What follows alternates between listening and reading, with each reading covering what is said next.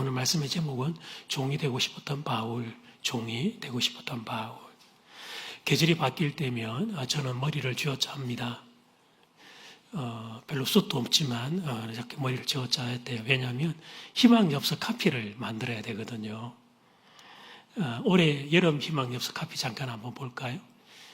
그늘을 찾다가 그늘이 되기로 했다. 그림도 좋지만 카피도 좋지요. 아니어도 좀 그랬다 좀 해줘요. 그럼 설교가 짧아질지 어떻게 알아요? 저는 벌써 다가오게 될 가을 희망엽서의 카피를 뭐로 해야 되는지 고민 중에 있습니다. 카피를 봄, 여름, 가을, 겨울 벌써 이제 10년의 세월이니까요. 40개의 카피를 넘게 썼다는 건데 도움을 받기 위해서 시인들의 글과 광고 카피라이터들의 글들, 책들을 이제 옆에 두고 이렇게 자꾸 이렇게 봅니다. 아이디어를 좀 통찰력을 좀 얻기 위해서 그렇게 합니다. 네, 그 책들을 보면서 제가 배운 것이 하나 있는데 그것은 낯설게 보기예요. 낯설게 보기. 익숙한 것들을 낯설게 보는 훈련의 중요성입니다. 사실 그렇습니다. 시도 그렇고 광고의 카피도 그렇고 여러분 우리가 보고 나면 그거 그렇게 이야기하지만 정작 우리가 그거를 써서 만들어내려고 그러면 시나 카피를 만들려면 그게 안 된단 말이죠. 사물을 낯설게 보는 그런 훈련들이 잘 안 되어 있기 때문에 그런 것입니다. 여러분도 희망엽서 지금 보셨지만 카피 잘 기억 안 나죠?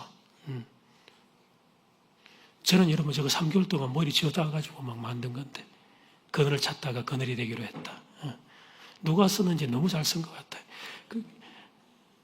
새롭게 보는 훈련들이 우리에게 필요한데요.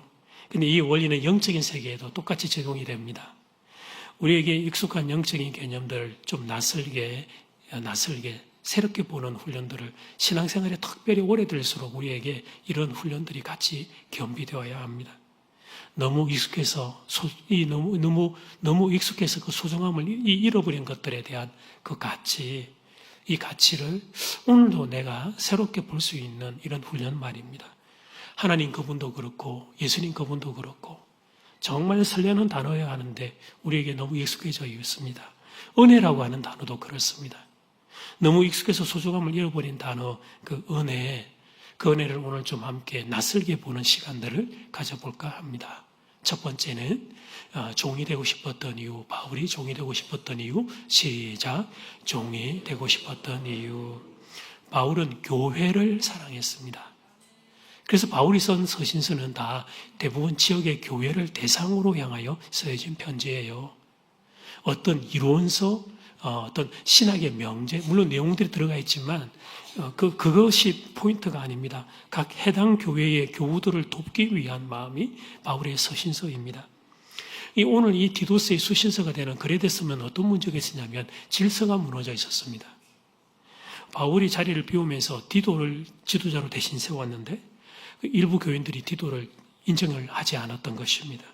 새롭게 들어온 거짓 지도자들에 의하여 교회가 갈라지고 혼란이 일어나면서 그래서 교회가 너무나 좀 시끄러운 형국이 되어 있었던 겁니다. 그래서 바울이 안타까운 마음으로 편지를 씁니다.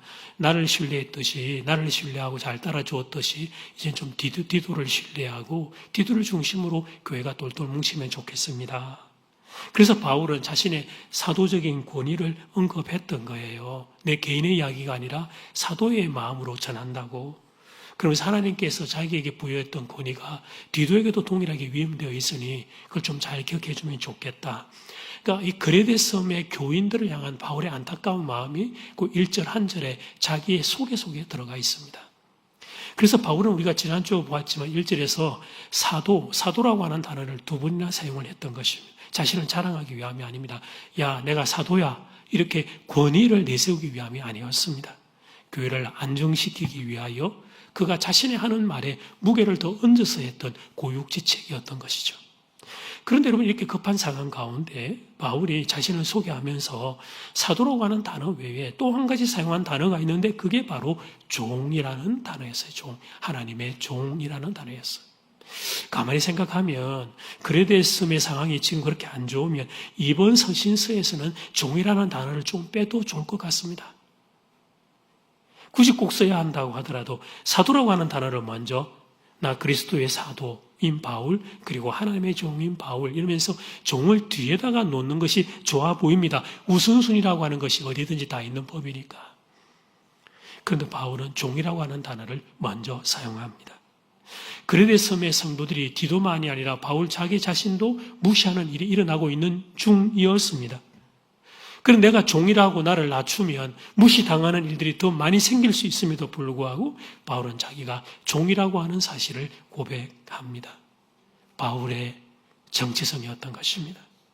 만약에 한 단어를 선택하라고 하면 바울은 내가 하나님의 종, 그리스도의 종이라는 단어를 선택하고 싶었던 거죠. 그럼 도대체 종이 뭐가 좋다고 바울은 내가 하나님의 종이라는 고백을 이토록 그는 고집하며 붙잡고 있는 것일까? 지난주에 종에 대한 단어를 잠깐 공부했습니다만 헬라 원어로 보면 둘로스입니다. 정확한 번역은 노예입니다. 당시 이 노예는 계층이 있었습니다. 학자들의 견해에 의하면 둘로스는 노예들 중에 최하층에 속합니다. 그러니까 바울은 자신을 고백하는데, 자신을 프로필을 말하는데, 자신의 정체성을 말하는데 나는 이 사회에 있는 인간들 중에 가장 천한 자입니다. 그렇게 자기를 고백한 것입니다. 자, 여기서 잠깐 화제의 전환. 사랑하는 여러분, 우리가 예수를 믿게 되면 신분의 변화가 일어납니다. 하나님의 아들과 딸이 됩니다. 상상할 수 없는 신분의 변화가 일어납니다. 육신을 입고 있는 땅에서 우리의 외모는 변하는 것이 없지만 우리의 영적인 신분은 변화가 일어납니다. 그래서 여러분은 모두가 다 하나님의 아들과 딸인 줄 믿습니다. 바울도 신분의 변화가 일어났습니다. 그분도 예수님을 영접한 순간 하나님의 아들이 되었습니다. 자신도 그 사실을 알았습니다. 자기가 예수 그리스도로 통하여 하나님께 입양된 양자가 되었던, 양자의 특권을 누리게 되었다는 걸 알았어요. 그런데 오늘 본문에서는 이상한 이야기를 하고 있는 거예요. 하나님의 아들이라는 것을 자기가 아는데 하나님의 아들에 대한 특권과 영광은 내려놓고 자기가 자기를 종이라고 낮추고 있는 것입니다.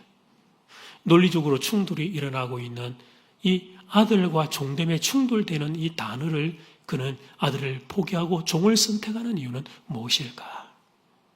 다시 한번 말씀을 드립니다. 사랑하는 여러분, 하나님 여러분을 보실 때 종으로 보지 않으십니다. 하나님 여러분을 보실 때 아들과 딸로 보십니다. 눈에 넣어도 아프지 않는 내 아들, 내 딸로 보십니다. 믿으시면 아멘. 바울도 그 사실을 알고 있었단 말이에요. 하나님이 자기를 얼마나 사랑하는지 존귀한 자로 보아주는지를 알고 있었어요. 그런데 바울은 이분은 왜 자기는 고백을 할 때 나는 하나님의 종입니다 이렇게 고백을 하는 것일까? 이것은 바울의 자기 인식이었습니다. 바울은 내가 누군가 하는 것을 정확히 알았던 것입니다. 하나님의 은혜로 인하여 내가 하나님의 자녀가 되는 축복을 누리게 되었지만 그러나 나는 죄수 중에 괴수라는 사실을 그는 알았던 것입니다. 더하여 바울은 하나님이 누구신지를 또한 알았습니다.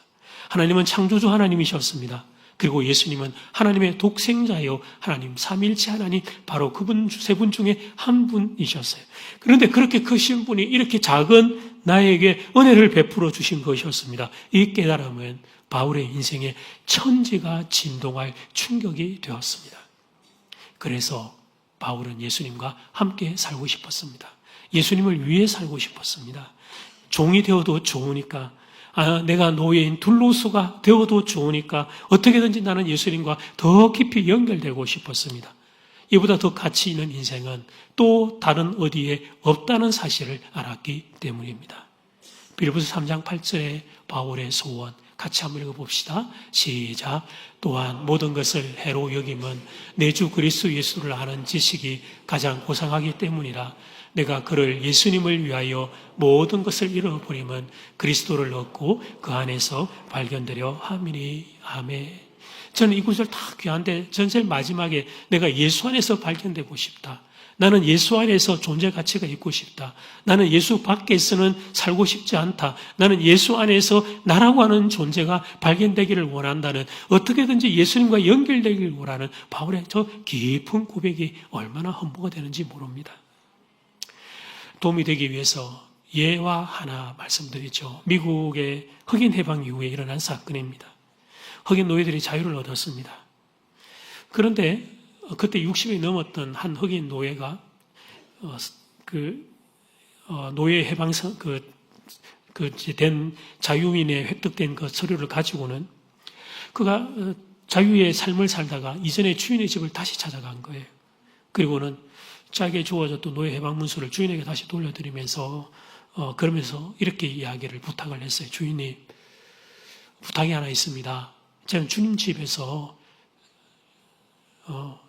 이전처럼 앞으로도 계속 좀 종으로 같이 살고 싶은데 허락을 좀 해주십시오. 이렇게 요청을 한 것입니다. 당시의 문서를 보면 이런 사건들이 좀 기록이 되어 있는데요. 어떤 경우는 자유인으로 살아갈 준비가 아직 더 있지 않아가지고 의사결정을 내가 내려본 바도 없고 자립을 할 준비가 더 있지 않아서 그렇게 자유인이 되었다가 다시 그렇게 이제 종으로 들어오는 게 아니라 어떤 계약을 맺고 그렇게 해서 이제 품삯을 받는 형식으로 들어온 경우들이 그때 보면 그런 일들이 있었어요. 근데 지금 제가 소개하는 경우는 그런 상황이 아니에요. 이 경우는 이 주인이 자기의 노예들이 자립을 할 수 있는 모든 준비를 시켜준 거예요. 자기 재산을 팔아서 자립의 비용을 노예들에게 내어 주었어요. 그래서 이 노예도 그 시내에 가게를 하고 싶어하는 가게를 차릴 수 있도록 자립의 비용을 충분하게 받아 나와서 가게도 차리고 그래서 영업도 하고 장사도 좀 되는 그런 상황들이었던 거예요. 그런데 그 노예는 왜 그렇게 자유를 얻었던 그 노예가 왜 자기가 스스로 다시 주인을 찾아가서 종이 되겠다고 자기 모든 권리를 다시 다 주인에게 올려드린 것일까? 알고 보니까 참 긴 시간의 사연과 스토리가 그 안에 담겨 있었습니다. 이 노예가 그냥 제가 흑인 이분을 노예라고 일단 부를게요. 지칭해서 원래 다른 집에 묶여 있었던 노예였던 거예요. 근데 그 주인이 너무나 악해서 매일 짐승처럼 매를 맞았어요. 매를 맞고 일을 잘해도 매를 맞고 일을 못한다고 매를 맞고 너무 맞아가지고 사람이 거의 죽음 직전이었을 때 새 주인이 그 집을 방문해서 그 형국을 보게 된 겁니다. 그리고 그 흑인이 너무 불쌍해서 돈을 주고 그때의 가치보다 훨씬 많은 품삯의 돈을 주고 그 흑인을 사서 새 주인이 자기 집으로 데리고 온 거예요. 그리고는 의사 선생님을 불러서 이 노예를 자기의 최선을 다하여 치료하고 병을 고쳐주고 낫게 해준 겁니다. 건강해지자 거기서 이제 일을 하기 시작을 하고 그랬더니 너도 가정을 가지면 좋겠다. 외부에서 다른 흑인 여성을 한 명을 노예를 주인이 또 돈을 주고 사와서는 두 사람이 결혼을 해 가정을 이루게 해준 거예요. 그러니까 거기서 또 아이들이 태어났을 거 아니에요. 흑인 노예 가정에서 아이들이 태어났는데 그 당시에 미국의 학교에 흑인들을 보낼 수 있는 형국이 안 되니까 그 백인 주인이 어떻게 했냐면 자기가 집에서 홈스쿨링을 한 거예요. 부부가 흑인 노예 아이들을 앉혀놓고 우리로 치면 국어, 산수, 그다음에 윤리, 도덕 이런 미술 과목을 하나씩 아이들을 가르쳐 주었던 거예요. 주인에게 받은 사랑이 이 사람은 너무 컸던 거예요. 너무 컸던 거예요.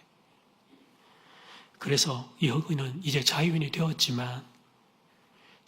되었지만 다시 주인의 집에 가서 주인과 함께 살고 싶었던 겁니다. 종이 되어서라도 주인과 함께 살고 싶었던 거예요. 이 여러분 이제 결말이 어떻게 되는지 궁금하지 않습니까? 주인은 만류했습니다. 몇 번씩 그러지 말라고 이 자유가 얼마나 귀한데 그렇게 자립할 수 있으니까 생활하시라고 아이들도 지금 이제 학교 다니고 공부를 잘하고 하니까 그렇게 하시라고. 그런데 이 흑인이 아니라고 애들은 이제 다 커서 주인께 어른께 배워서 이 아이들은 이제는 고등교육까지 받을 수 있는 수준이 다 되었고 나는 주인하고 살고 싶다고 제발 내 청을 들어달라고. 그래서 그 이후에 이들이 어떻게 살게 되었냐면 백인은 흑인을 보고 친구야 이렇게 불렀어요. 브라더 나의 친구야 불렀어요. 그리고 이 흑인은 백인을 보면서 나의 주인님, 나의 마스터 그렇게 부르며 그들의 인생의 마지막을 함께 갔다는 이야기가 전해집니다. 여러분 이 비유는 바울의 마음을 이해하는 데 도움이 되는 이야기예요. 여러분 어느 누구도 바울 보고 종이 되라고 말한 이유가 없습니다. 예수님도 바울을 친구처럼 대해주셨습니다. 친구로, 바턴으로 그렇게 대해주셨습니다. My brother라고, my son 그렇게 대해주셨어요. 그런데 바울은 종이 되고 싶었어요. 예수님의 종이 되고 싶었어요. 예수님과 더 가까이 연결되고 싶었던 거예요. 예수님과 더 깊이 연결되고 싶었던 거예요. 예수님과 떨어지는 일은 내 생애에 일어나지 않기를 원했던 거예요. 주의 성령에서 내게서 떠나지 않기를 원했던 다윗처럼 바울은 어떻게 해서든지 주님과 더 깊이 연결되고 싶었습니다. 그래서 종이 되어 주님을 섬기는 그 일이 너무너무 귀한 줄 알기에 그리하고 싶었던 것입니다. 바라기는 여러분에게도 이 눈이 열리기를 축복합니다. 예수님 너무 좋아서 예수님과 더 깊이 연결되고 싶은 마음들이 여러분 가운데 일어나게 되기를 주 이름으로 축복합니다.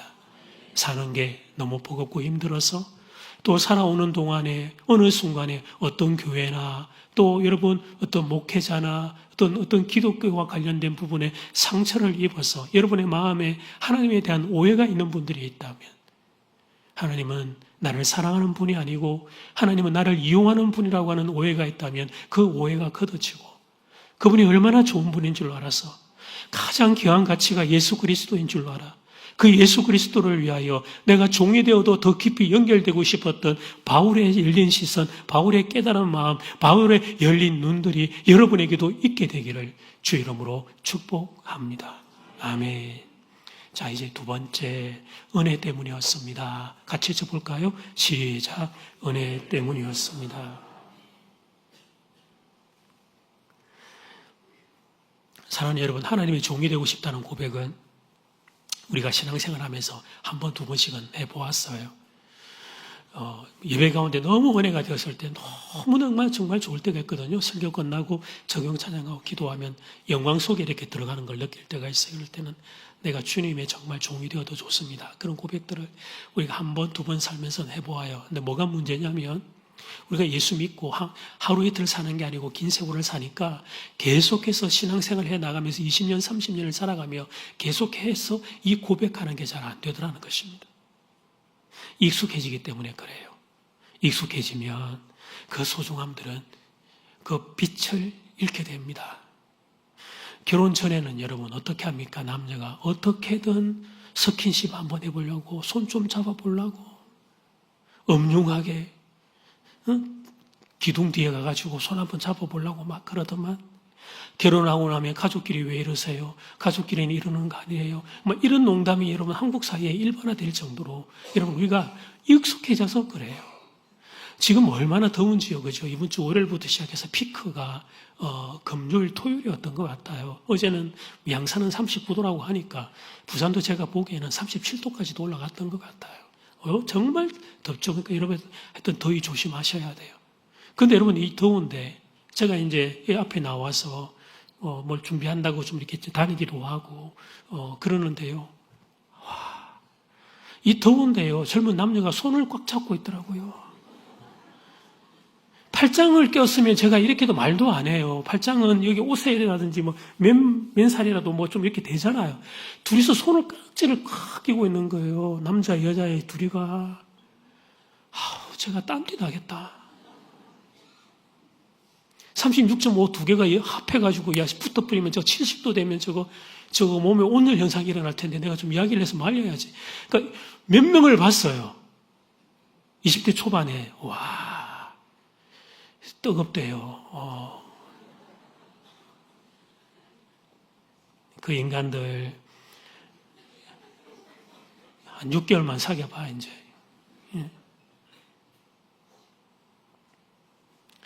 다 그렇습니다. 사람은 다 그렇습니다. 사람은 다 그래요. 새로운 것을 좋아하고 새로운 것을 추구하는 게 인간입니다.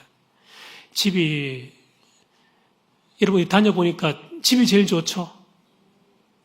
그러나 이 더운 날씨에 굳이 새로운 곳을 찾아서 여행과 휴가를 가는 것이 우리입니다. 그럼 갔다 오면서 집이 제일 좋아. 그래 놓고는 또 다음에 시간 되면 또 새로운 곳을 찾아서 또 가고 싶어. 그래서 새로운 것을 찾고 추구하고 싶은 인간의 본성을 제가 하지 마라, 막으려고 그러는 건 아니에요. 우리는 새로운 것에 대하여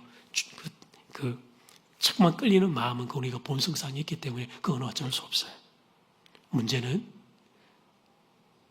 잊어서는 안 되는 소중한 가치. 그게 내 옆에 늘 항상 있다고 잊어버리고 놓쳐버리고 있는 것에 대한 경고를 오늘 말씀을 통하여 우리가 붙잡는 것입니다. 공기가 대표적인 예입니다. 제가 어린 시절 초등학교 때 초등학교 시절 10대 때 공기 때문에 고생할 줄 누가 알았어요. 미세먼지, 초미세먼지 그건 여러분 제 나이가 40이 넘어서 생긴 단어입니다.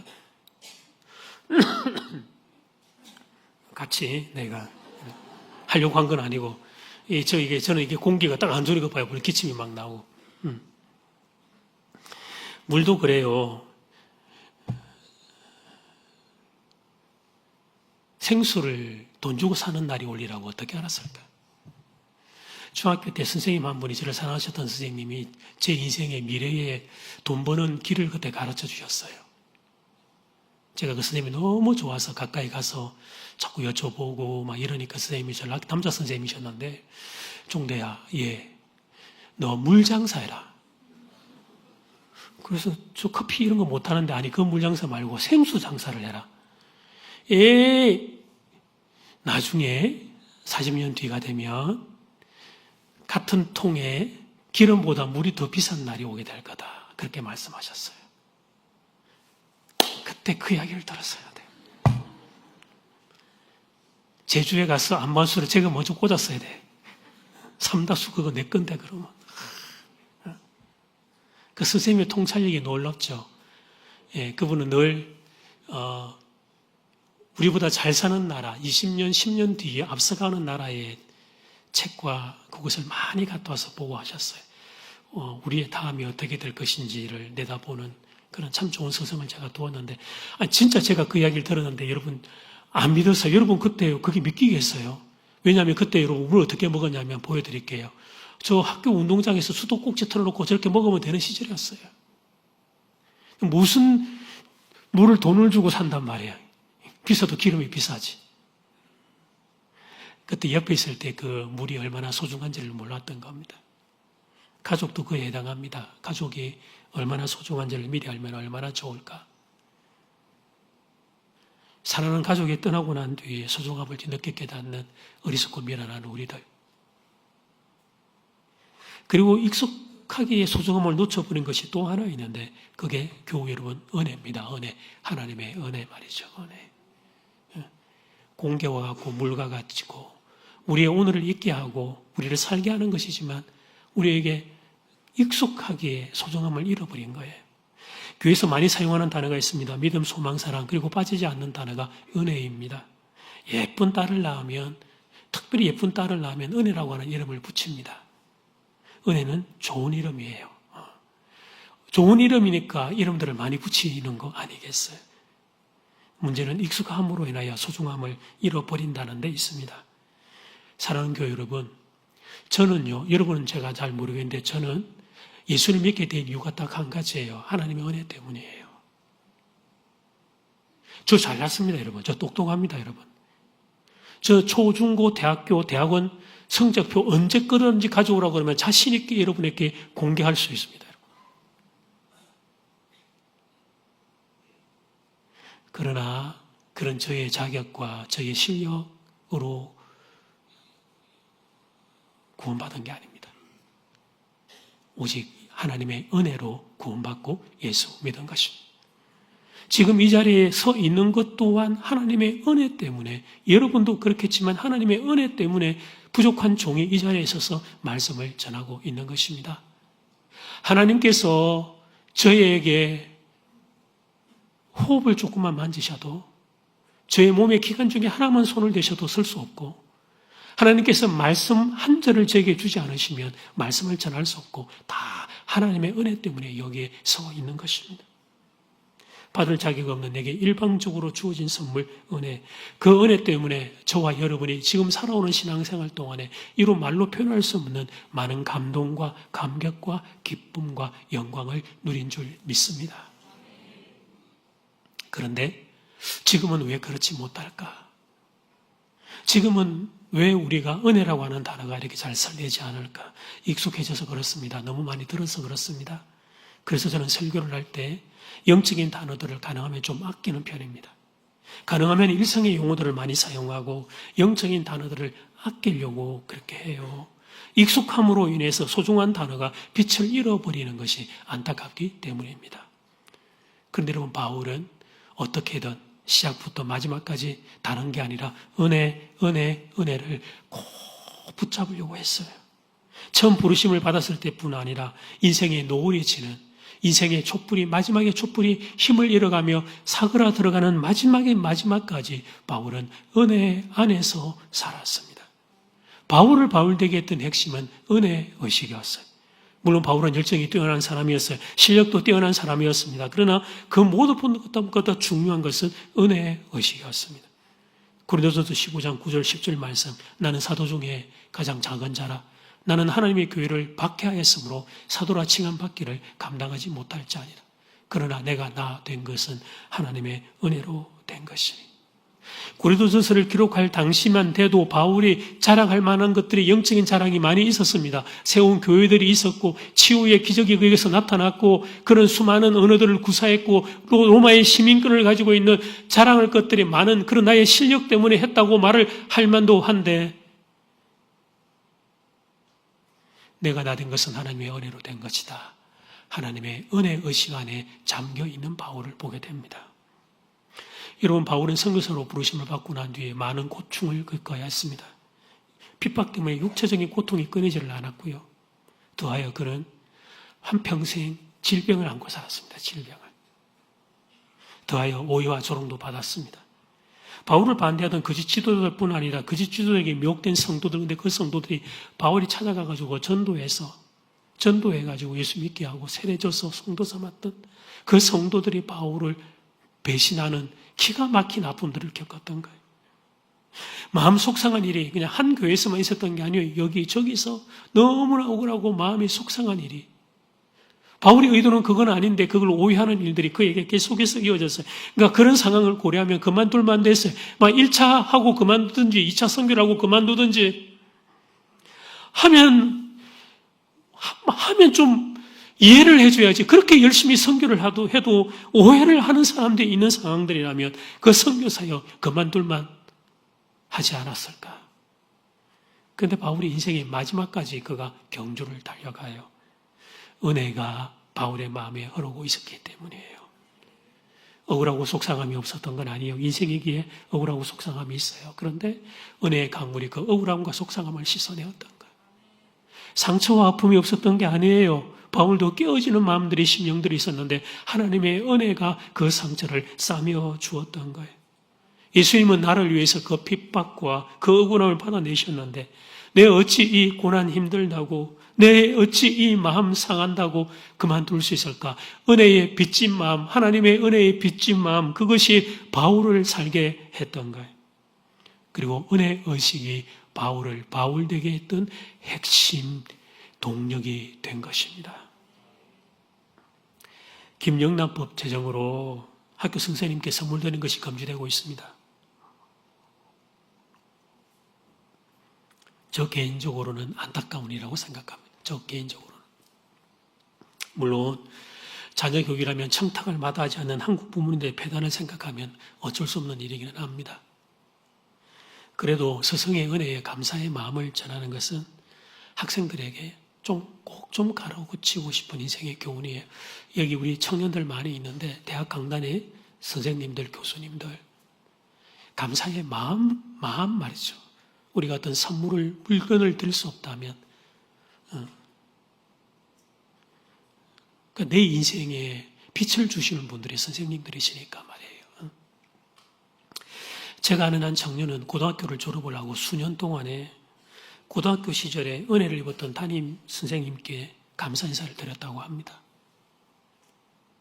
물론 김용남법 때문에 그게 저촉되지 않는 선에서 주로 전화를 많이 드리는 방식이었고 편지를 써서 보내드리는 방식이었습니다만 선생님 생신날을 꼭 기억하고 있다가 생신날 되면 전화를 드리고 선생님 그때 주셨던 사랑 너무 감사합니다. 고맙습니다. 사랑 잊지 않고 열심히 살겠습니다. 그걸 수년 동안 그렇게 했다고 해요. 여러분 그 선생님이 받으셨을 위로가 얼마나 컸을까요? 스승의 사명들을 잃어버리게 만드는 이 한국 사회에서 그 학생 한 명의 위로는 그 선생님다운 선생님으로 그 강단을 지키게 하는 총련 힘이 되었을 거예요. 그리고 여러분 하나님이 다 보시거든요. 다 위에서 이렇게 다 보고 계세요. 내가 누구에게 축복을 더 부어줄까? 은혜, 물꼬를 누구에게로 내가 향할까? 저는 그 청년의 생애에 하나님이 은혜 위에 은혜를 부어주시리라 믿습니다. 하나님은 살아계시고 다 보고 계시기 때문에 그렇단 말이죠.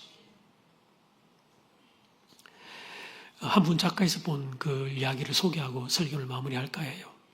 이 작가 부부가 캐나다의 밴쿠버로 여행을 떠났습니다.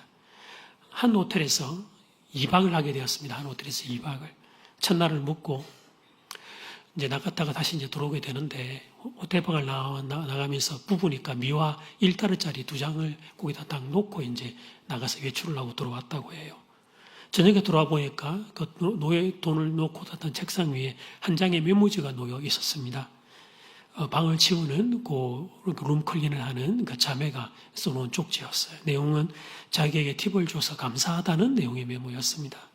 1달러, 그러니까 2달러군요. 1달러짜리 2개니까 팁을 받고 감사의 편지를 남겨놓은 거예요. 그 메모 영어가 이렇게 되어 있었어요. Thank you so much for the tip from housekeeping 이렇게 되어 있었습니다. 팁을 주신 것에 대해서 감사드립니다. 시설관리인들이 이렇게 남겨 있었어요. 근데 그 후기가 뭐냐면 작가 부부는 이 일로 인해서 캐나다를 생각할 때마다 좋은 나라는 생각이 들었대요. 캐나다를 생각할 때마다 미소가 번지고 또 기회가 되면 캐나다를 또 여행 가고 싶고 그런 글들을 적었는데 하루를 더 묵었는데 제가 궁금한 건 그 다음날 나올 때는 설마 1달러씩만 놓고 나왔을까? 돈이 아니어도 이 부부가 아마 그 일하는 분에게 어떤 감사의 마음을 귀한 감사의 마음을 함께 더 전하고 나오지 않았을까? 여러분 사람의 은혜에 대하여 감사를 표현하고 기억을 해도 감동을 주는 법입니다. 하물며 우리가 하나님의 은혜를 기억하고 하나님 감사합니다. 하나님 제게 은혜 주셔서 고맙습니다. 고백하고 그 은혜에 빚진 자의 마음으로 살아간다면 하나님은 그 사람 위에 은혜 위에 은혜를 부어주실 겁니다. 사랑하는 여러분, 하나님의 은혜를 기억하는 것은 사실 인간의 마땅한 바잖아요. 그런데 성경을 보면 그 마땅한 은혜를 기억하는 것인데 하나님은 그걸 크게 여겨주시는 참 신비한 일들을 봐요. 왜 그럴까? 마땅한 일을 했는데 하나님은 왜 그 감사와 은혜를 받으시면 더 좋은 것들로 주시는 걸까? 그 이유는 간단해요. 이 땅 가운데 그 은혜를 기억하며 사는 사람들이 많지 않기 때문이에요. 바울이 종이 되어도 좋았더니요. 마지막까지 수많은 시련과 속상함과 억울함과 눈물 나는 순간들도 그가 돌파하며 마지막까지 믿음의 경주를 완주할 수 있었던 이유는 은혜의식 때문이었어요. 은혜의식. 하나님께 받은 은혜가 바울의 마음을 꽉 채우고 있었어요. 익숙함이라고 하는 것에 함정에 빠지지 않고 하나님의 은혜를 늘 새롭고 낯설게 바울은 붙잡고 살기 위해 노력을 했습니다. 바라기는 여러분에게도 이 은혜의식이 살아있기를 소원합니다. 바울이 했던 고백, 하나님이 종이 되고 싶어요. 이 비밀이 여러분에게도 열리기를 바랍니다. 이런 단어가 들리면 이상하게 하나님과 교회에 대하여 부정적인 생각을 가지는 눈이 아니라 아하, 저게 주님이 너무 좋아서 저는 말을 하는구나. 그걸 깨닫는 비밀이 여러분에게 열리기를 축복합니다. 그리고 은혜 위에 은혜를 많이 받아 흘려보내기를 주의 이름으로 축복합니다. 아멘.